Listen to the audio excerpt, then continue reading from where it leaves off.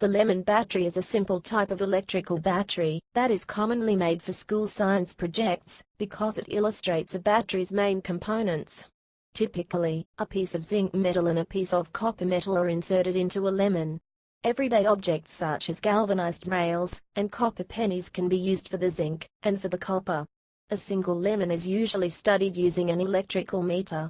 Several lemons can be wired together to form a more powerful battery that will power a light-emitting diode, a buzzer, or a digital clock. The lemon battery is similar to the first electrical battery invented in 1800 by Alessandro Volta, who used brine, salt water, instead of lemon juice. The lemon battery is described in some textbooks in order to illustrate the type of chemical reaction, oxidation-reduction, that occurs in batteries. The zinc and copper are called the electrodes, and the juice inside the lemon is called the electrolyte. There are many variations of the lemon cell that use different fruits or liquids as electrolytes and metals other than zinc and copper as electrodes. Contents. Use in school projects. There are numerous sets of instructions for making lemon batteries, and for obtaining components such as light-emitting diodes, LEDs, electrical meters, multimeters, and zinc-coated, galvanized, nails and screws. Commercial potato clock science kits include electrodes and a low-voltage digital clock. After one cell is assembled, a multimeter can be used to measure the voltage or the electrical current from the voltaic cell. A typical voltage is 0.9 V with lemons. Currents are more variable, but range up to about 1 mA. For a more visible effect, lemon cells can be connected in series to power an LED, see illustration, or other devices. The series connection increases the voltage available to devices. Swartling and Morgan have published a list of low-voltage devices along with the corresponding number of lemon cells that were needed to power them. They included LEDs, piezoelectric buzzers, and small digital clocks.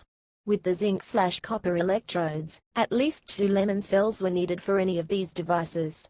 Substituting a magnesium electrode for the zinc electrode makes a cell with a larger voltage, 1.5-1.6 V, and a single magnesium/copper cell will power some devices. Note that incandescent light bulbs from flashlights are not used, because the lemon battery isn't designed to produce enough electrical current to light them. By multiplying the average amps of a lemon, 0.001/1 mA, by the average, lowest, volts of a lemon, 0.7 V, we can conclude that it would take approximately 6,171,430 lemons to give us the power of an average 4320W car battery.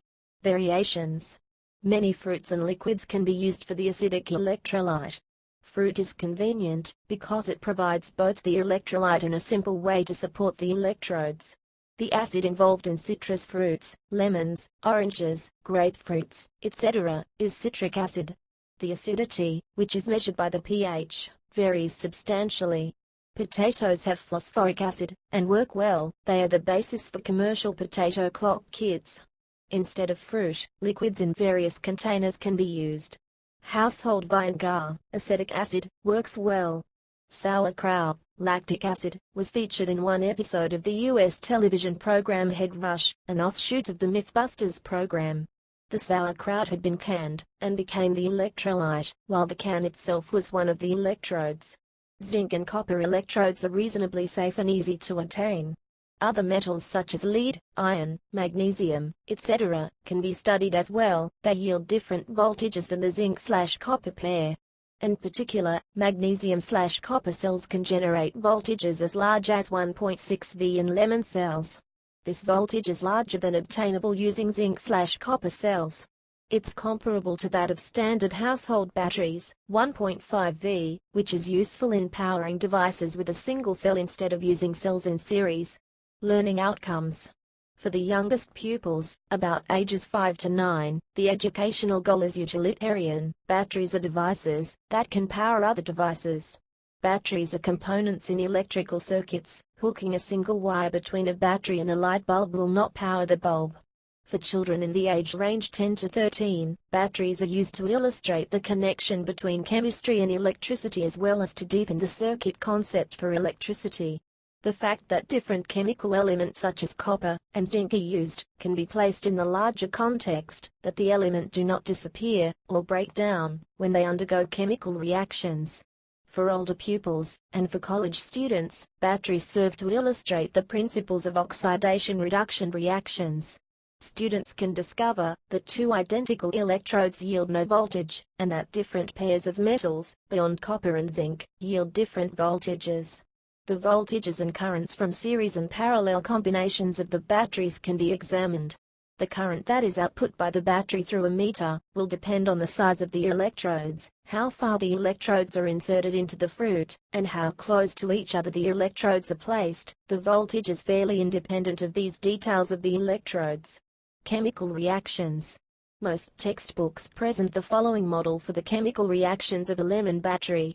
When the cell is providing an electrical current through an external circuit, the metallic zinc at the surface of the zinc electrode is dissolving into the solution. Zinc atoms dissolve into the liquid electrolyte as electrically charged ions, Zn2+, leaving two negatively charged electrons, E behind in the metal. Zn2++2E. This reaction is called oxidation. While zinc is entering the electrolyte, two positively charged hydrogen ions, H+, from the electrolyte combine with two electrons at the copper electrode's surface and form an uncharged hydrogen molecule, H2. 2H++, 2EH2. This reaction is called reduction. The electrons used from the copper to form the molecules of hydrogen are made up by an external wire or circuit that connects it to the zinc. The hydrogen molecules formed on the surface of the copper by the reduction reaction ultimately bubble away as hydrogen gas. Experimental results. This model of the chemical reactions makes several predictions that were examined in the experiments published by Jerry Goodisman in 2001. Goodisman notes that numerous recent authors propose chemical reactions for the lemon battery that involve dissolution of the copper electrode into the electrolyte. Goodisman excludes this reaction as being inconsistent with the experiments, and notes that the correct chemistry, which involves the evolution of hydrogen at the copper electrode, has been known for many years. Most of the detailed predictions of the model apply to the battery's voltage, that is measured directly by a meter. Nothing else is connected to the battery. When the electrolyte was modified by adding zinc sulfate, Zn4, the voltage from the cell was reduced as predicted using the Nernst equation for the model. The Nernst equation essentially says how much the voltage drops as more zinc sulfate is added. The addition of copper sulfate, CuSO4, did not affect the voltage. This result is consistent with the fact that copper atoms from the electrode are not involved in the chemical reaction model for the cell. When the battery is hooked up to an external circuit and a significant electrical current is flowing, the zinc electrode loses mass, as predicted by the zinc oxidation reaction above. Similarly, hydrogen gas evolves as bubbles from the copper electrode. Finally, the voltage from the cell depended upon the acidity of the electrolyte, as measured by its pH. Decreasing acidity and increasing pH causes the voltage to fall. This effect is also predicted by the Nernst equation. The particular acid that was used, citric hydrochloric sulfuric, etc., doesn't affect the voltage, except through the pH value.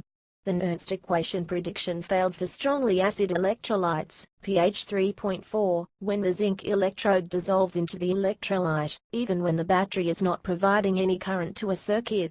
The two oxidation-reduction reactions listed above only occur when electrical charge can be transported through the external circuit. The additional open circuit reaction can be observed by the formation of bubbles at the zinc electrode under open circuit. This effect ultimately limited the voltage of the cells to 1.0 V near room temperature at the highest levels of acidity. Energy source. The energy for the battery comes from the chemical change in the zinc, or other metal, when it dissolves into the acid. The energy does not come from the lemon or potato. The zinc is oxidized inside the lemon, exchanging some of its electrons with the acid, in order to reach a lower energy state, and the energy released provides the power. In current practice, zinc is produced by electrowinning of zinc sulfate or pyrometallurgic reduction of zinc with carbon, which requires an energy input. The energy produced in the lemon battery comes from reversing this reaction, recovering some of the energy input during the zinc production. Smee Cell. From 1840 to the late 19th century, large voltaic cells using a zinc electrode and a sulfuric acid electrolyte were widely used in the printing industry. While copper electrodes like those in lemon batteries were sometimes used, in 1840 Alfred Smee invented a refined version of this cell that used silver with a rough platinum coating instead of a copper electrode. Hydrogen gas clinging to the surface of a silver or copper electrode reduces the electrical current that can be drawn from a cell. The phenomenon is called polarization. The roughened, platinized surface speeds up the bubbling of the hydrogen gas and increases the current from the cell. Unlike the zinc electrode, the copper or platinized silver electrodes are not consumed by using the battery, and the details of this electrode do not affect the cell's voltage. The Smee Cell was convenient for electrotyping, which produced copper plates for letterpress printing of newspapers and books, and also statues and other metallic objects. The Smee Cell used amalgamated zinc instead of pure zinc. The surface of amalgamated zinc has been treated with mercury. Apparently amalgamated zinc was less prone to degradation by an acidic solution than is pure zinc. Amalgamated zinc and plain zinc electrodes give essentially the same voltage when the zinc is pure. With the imperfectly refined zinc in 19th century laboratories, they typically gave different voltages. In popular culture. In the video game Portal 2, GLaDOS's AI was embedded into a potato battery-run computer. In the NCIS Season 7 episode Powered Down, forensic tech BC Uto uses lemons to power her stereo. In the Bones Season 6 episode The Blackout in the Blizzard, Angela and the other squints build a massive potato battery array in an attempt to power a cell phone. Illustrating the pathetically low output of such a system, it is successful for only a handful of seconds, while using dozens of potatoes. In the episode Lemons of the television program Red Dwarf, 10th series, Series X, the crew travel 4,000 miles from Britain to India in 23 AD, in order to get lemons to build a lemon battery to power up their time machines. Return a remote. To power up their time machines. Return a remote.